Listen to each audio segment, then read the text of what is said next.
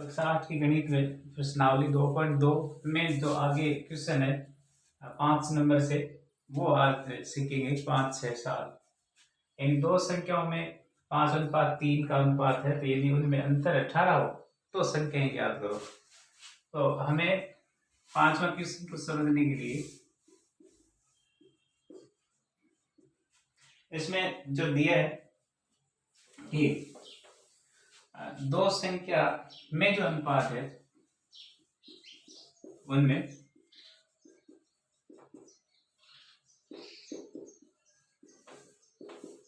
अनुपात दे रखा है 5:3 का। तो अपन जो संख्या है वो पहले मान लेते हैं कि माना कि ये तो अनुपात है, ऊपर जो दिया है वो, माना कि जो संख्याएं है वो एक संख्या तो इसी अनुपात के सापेक्ष मान लेते हैं 5x, तथा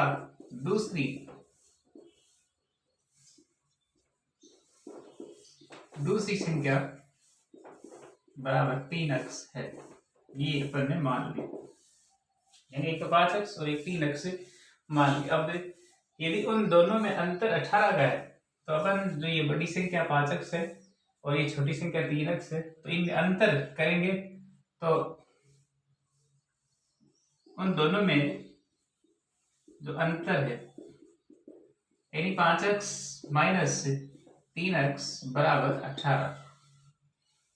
तो अंतर का मतलब यहाँ जो प्रश्न में दिया है उसके अनुसार भी अपन लिख सकते हैं, प्रश्नानुसार, कि उन दोनों में जो अंतर है 5x माइनस 3x बराबर 18 का, तो अपन उन संख्याओं को ज्ञात कर लेंगे। तो अब देखना, ये जो 5x और जो 3x है इनमें जो अंतर दिया है इसके अनुसार अपन घटाएंगे 5x और 3x में से, यानी 5x को में से 3x घटाने पर बच गया 2x बराबर 18।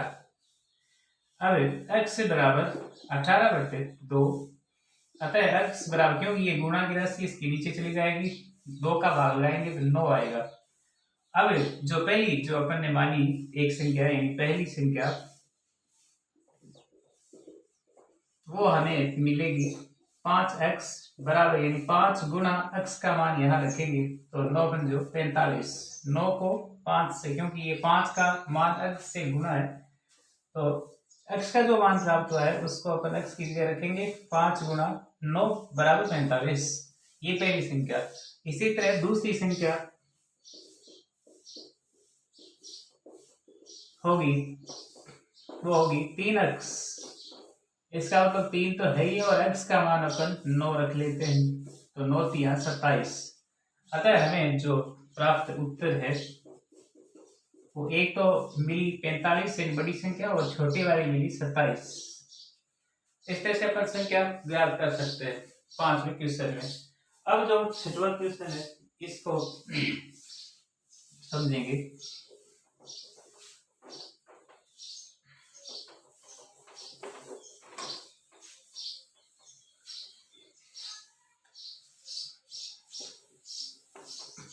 इसमें 3 लगातार पूर्णांकों का जो योग है वो 51 है, तो पूर्णांक अपन ज्ञात करेंगे। माना जो पहला, इसको हल करेंगे तो मानना होगा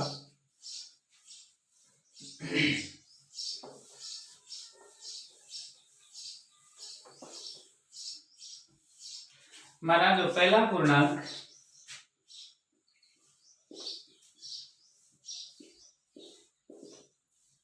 बराबर x, क्योंकि हमें दिया नहीं है तो 3 लगातार जो पूर्णांक शुरू में x मान लेते हैं। दूसरा जो इसका पूर्णांक होगा,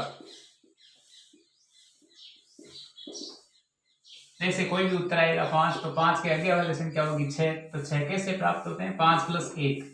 जो आपने x का मान माना, यहाँ x प्लस बराबर, यहाँ 5 का 5 माना हुआ है तो 5 1 6 हो जाते हैं। इसी तरह से जैसे 7 प्राप्त करना है तो 5 + 1 2, इसका मतलब x + 2 बराबर 7 ऐसे मिलेगा। तो अपन आगे से आगे x में 1 2 3 ऐसे जोड़ते जाएंगे तो ये अगले क्रम से पूर्णांक आते जाएंगे x+1 और फिर इसका जो तीसरा पूर्णांक होगा वो होगा x+2। तो ये लगातार पूर्णांक है, क्रम से है। तो अब प्रश्नानुसार प्रश्न दिया है कि इनका योग 51 है, तीनों का। आप इनको तीनों को जोड़ेंगे यानी x+1 और एक है x+2, इन सबको जोड़ेंगे तो हमें प्राप्त होगा 51। सभी में प्लस का निशान है तो कोई दिक्कत नहीं। x और x और x इन तीन जगह x है, अपन इसको लिख लेते हैं 3x। ये जोड़ने पर x में x और x को जोड़ने से 3x, इधर 2 और 1 हो गया 3 बराबर 51। अब 3 को आप इधर बाएं पक्ष से दाएं पक्ष में ले जाने पर ये संख्या हो जाएगी ऋणात्मक, धनात्मक है यहाँ ऋणात्मक हो जाती है। अतः 3x बराबर 51 में से 3 को घटा देंगे तो बच जाएगा 48। x बराबर 48/3, तो 3 का भाग देंगे तो उत्तर आएगा 16 2 32, 16 के 48 यानी 16। तो अब हमें उत्तर जो मिलेंगे, पहला पूर्णांक x का मान मिला 16, दूसरा पूर्णांक हमने माना था x+1, इसका मतलब 16 में आप 1 जोड़ देंगे तो ये 17, और तीसरा जो पूर्णांक है वो होगा अपन ने जो माना x+2, तो यहाँ लिख देंगे x+2। x का मान 16 है तो वह यहाँ 16 लिख कर उसमें 2 जोड़ देंगे तो 16 और 2 हो जाएगा 18। तो 16 17 और 18 ये क्रम से संख्याएं होगी जिनका अब योग करोगे तो 51 योग मिलेगा 6वें क्वेश्चन में। इसी तरह अब 7वां क्वेश्चन सेम ही है। तो 7वें क्वेश्चन में 8 के 3 लगातार गुणज। गुणज क्या होते हैं, जैसे अपन गुणा करते हैं किसी भी संख्या को तो वो होगी गुणज। तो माना 8 के जो गुणज है वो भी लगातार, तो पहला तो मान लेते हैं x, और दूसरा जो गुणज होगा वो मान लेते हैं x+8, और इससे अगला होगा x+16, क्योंकि 8 का जब फाड़ा होता है तो 8 8 × 8 8 × 16 8 × 24 ये इनके गुणज होते हैं। तो अपन ने पहला x मान लिया तो इसमें 8 जोड़ेंगे इसमें तो ये 16 होगा, 16 में 8 जोड़ेंगे 24 होगा ऐसे। तो आगे से आगे 8 8 उसमें जुड़ते जाएंगे तो ये गुणज हो गए x+8 x+16, और इससे भी आगे जोड़ते जाएंगे तो अब हमें गुणज मिलते जाएंगे। अब उनका जो गुणजों का जो योग आगे लिखा है कि 888 है 888। तो अब इनका योग कर देते हैं प्रश्नानुसार। पहला पूर्णांक x गुणज, दूसरा x+8, तीसरा x+16 बराबर 888। तो तीनों को जोड़ने पर प्राप्त होते हैं 888। तो इनको अब योग कर लेते हैं x x x यानी 3x, एक तो 3 जगह इसलिए 3x। 16 में 8 जोड़ दिया तो ये हो गया 24 बराबर 888। अब 888 है, इसमें से क्या है 24 इधर से इधर दाहिने पक्ष में आने पर ये ऋणात्मक हो जाएगी यानी माइनस की हो जाएगी, इधर प्लस की है धनात्मक, इधर आने से दाएं पक्ष में जाने से ऋणात्मक हो गई। 3x बराबर 888 में से जब 24 को घटाएंगे तो बचेगा 864। अब x बराबर 864 में अपन क्योंकि 3 गुना है तो ये 3 का भाग देंगे तो हमें x का मान प्राप्त होगा 288।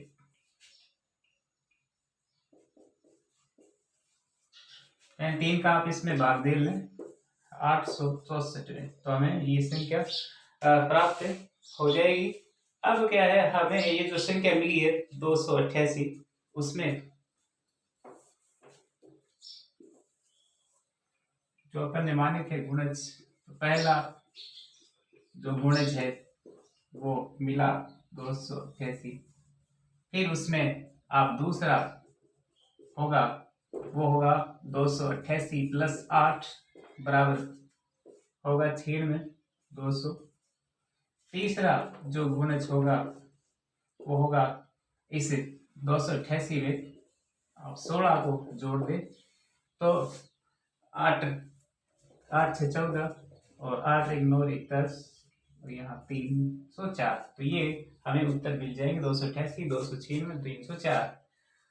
अब जो अंतिम जो क्वेश्चन है 8वां, इसको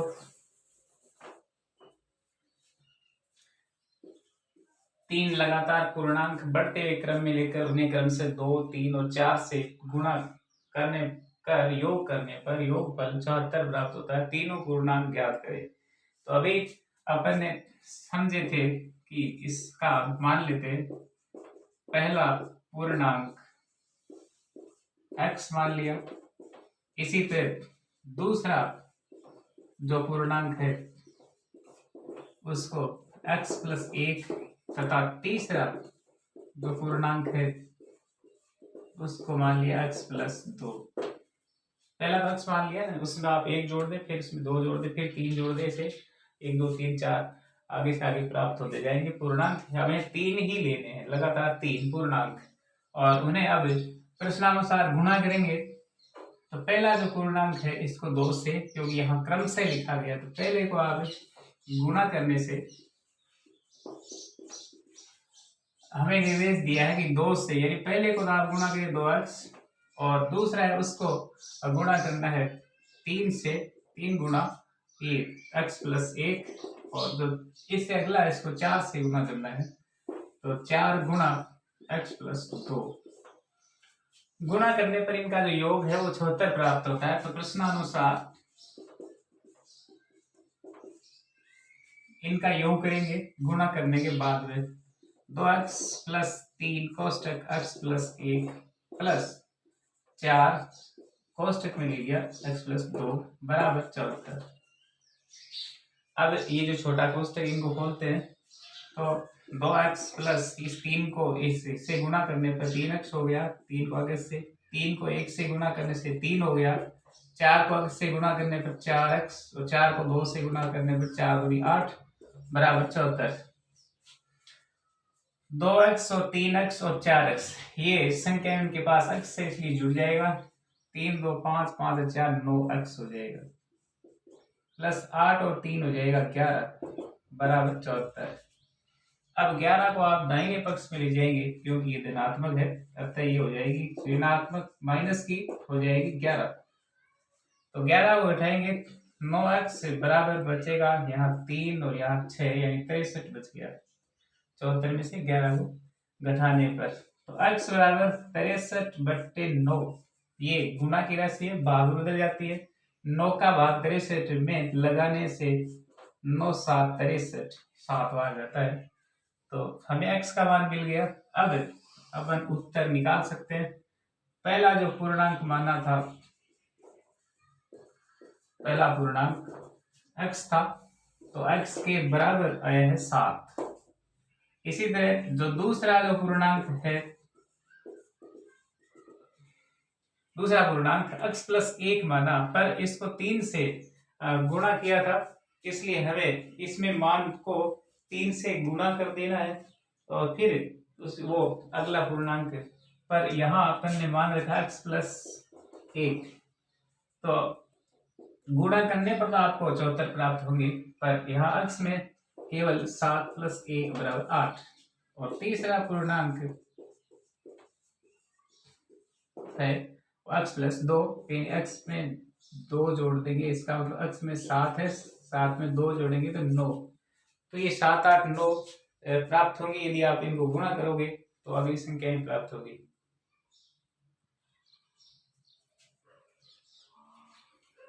तो 9वां प्रश्न में राहुल और हारून की वर्तमान आयु में अनुपात ये हो तो 4 वर्ष बाद इनकी आयु का योग हो जाएगा 56 वर्ष। तो उनकी वर्तमान आयु क्या होगी? तो अपन 9वां प्रश्न को समझने के लिए पहले मान लेते हैं, माना राहुल की जो वर्तमान आयु है वो ये तो अनुपात आयु में, और जो आयु इसकी राहुल की मान लेते हैं 5x। इसी तरह इस हारून की भी, हारून की वर्तमान आयु बराबर ये 7 तो अनुपात में था तो इसको 7x मान लेंगे। अब आगे लिखा है कि 4 वर्ष बाद उनकी आयु का योग। तो राहुल की जो वर्तमान से आयु है वो 4 वर्ष बाद में कितनी हो जाएगी? 4 वर्ष बाद आयु हो जाएगी 5x + 4। इसी तरह हारून की भी 4 वर्ष बाद आयु हो जाएगी 7x + 4। यानी 4 उनमें दोनों की साथ में आयु बढ़ेगी तो 4 योग कर देते हैं, उसमें जोड़ देते हैं। आगे लिखा है कि इनकी आयु का योग 56 है। तो प्रश्नानुसार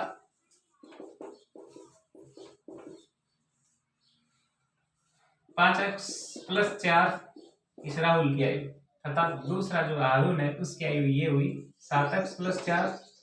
इनका योग करेंगे तो वो हो जाएगा 56 वर्ष, यानी 56। तो राहुल की और इस हारून की योग करना है, आयु का 56 वर्ष हो जाता है। अब कोष्ठक खोल लेते हैं, बीच में प्लस का निशान है तो अपन जोड़ देते हैं, यानी 5x में 7x जोड़ते हैं तो 12x, 4 में 4 जोड़ते हैं तो 8 बराबर 56। अब 8 को आप इधर दाहिने पक्ष में ले जाएंगे तो 12x बराबर 56 - 8। तो 12x बराबर 56 में से 8 को घटाएंगे 48 बचेगा। x बराबर 48, ये गुना है इसलिए ये 12 है गुना, तो इसका नीचे ले जाएंगे भागों में ले जाएगी। x बराबर 12 × 4 = 48। तो ये x बराबर 4 हमें प्राप्त होगा। अब लिखा आगे कि उनकी वर्तमान आयु जो अपन ने मानी थी वो उत्तर आ जाएगा। राहुल की आयु होगी बराबर 5x, यानी 5 गुणा x का मान है 4, अतः 20 वर्ष। इसी तरह इस हारून की आयु है वो हो जाएगी 7x, इसका मतलब 7 गुणा x का मान है 4 तो बराबर 28 वर्ष। यानी एक की 20 वर्ष और एक की 28 वर्ष, दोनों की उत्तर हमें मिलेगा। अब जो 10वां क्वेश्चन है इसको समझेंगे।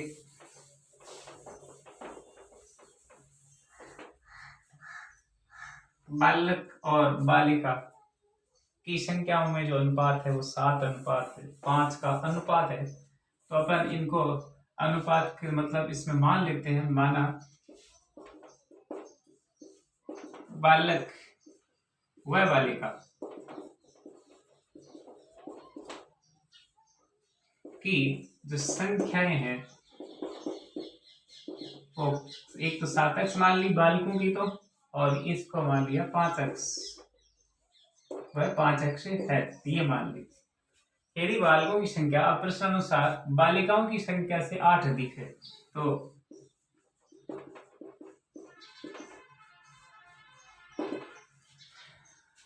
बालिकाओं की संख्या से 8 अधिक, तो बालिकाओं की संख्या 5x है, यानी 5x + 8 इस बालिकाओं की संख्या से 8 अधिक। किन की संख्या है? इधर बालकों की संख्या 7x, तो इधर बालकों की संख्या इधर बालिकाओं की संख्या, तो बालिकाओं की संख्या से 8 ज्यादा प्लस का 8 हो जाएगा। तो ये 7x ये इधर आएगा तो माइनस का 5x बराबर 8। अब 7x में से 5x घटाएंगे तो बचेगा 2x बराबर 8 और x से बराबर 8/2 अतः x बराबर आएगा 4। अब x बराबर 4 आया, ये मान अपन इन बालकों की संख्या निकाल लेते हैं। बालक तो होंगे 7x से 7 गुणा 4 बराबर 28, 7 चौका 28 और बालिकाएं होगी बराबर 5x से बराबर 5 गुणा x का मान है 4 बराबर 5 चौका 20। तो कुल आगे पूछा है कि कक्षा में कुल जो विद्यार्थी है तो कुल विद्यार्थी होंगे बराबर 28 + 20 बराबर 48। तो इस तरह से अपन क्वेश्चन हल कर सकते हैं।